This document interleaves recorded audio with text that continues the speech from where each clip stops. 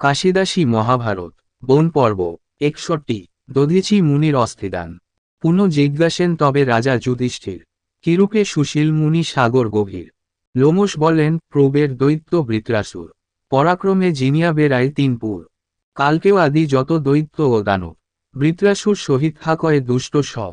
দৈত্য ভয়ে দেবগণ রহিতে নারিল, ইন্দ্রে আগে করিয়া ব্রহ্মারে নিবেদিল।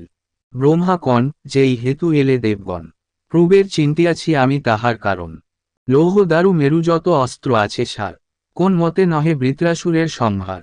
দধিচি মুনির স্থানে করহ গমন, সবে মিলি বর মাগ শুন দেবগণ। প্রসন্ন হইলে মুনি চাহিবে বরদান, নিজ অস্থি দিয়া লোকে কর পরিত্রাণ। শরীর তত্ত্বজীবে মুনি লোকের কারণ, তার অস্থি লয় কর বজ্রের সৃজন।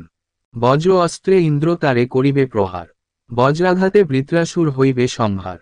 এত শুনি দেবগণ করিল গমন, সরস্বতী নদীতীরে আইল তখন। মহাতেজময় মূর্তি দেখি দধিচির, চন্দ্র সূর্য অগ্নি যিনি জ্বলন্ত শরীর।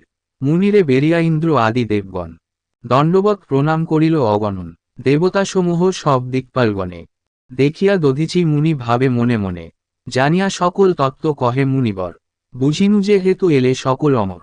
সবাকার হেতু আমি তত্ত্বজীব শরীর, অস্থি মাংসময় তনু সহজে অচির। হয় হইক ইহাতে লোকের উপকার, উপকারহীন ব্যর্থ রহে তনু ছাড়। পূর্বভাগ্যে দেবকার্যে লাগিল শরীর, এত বলি তনু ত্যাগ হইল দধিচির। হেন উপকার কোথা নাহি করে কেহ, পরোপকারের জন্য তত্ত্ব যে নিজ দেহ। দধিচি মুনির গুণ বর্ণন না যায়, হেন উপকার বলকে করে কথায়। যুধিষ্ঠির কন, প্রভু বল অতঃপর, অস্থি নিয়া কি কর্ম করিলা পুরন্দর।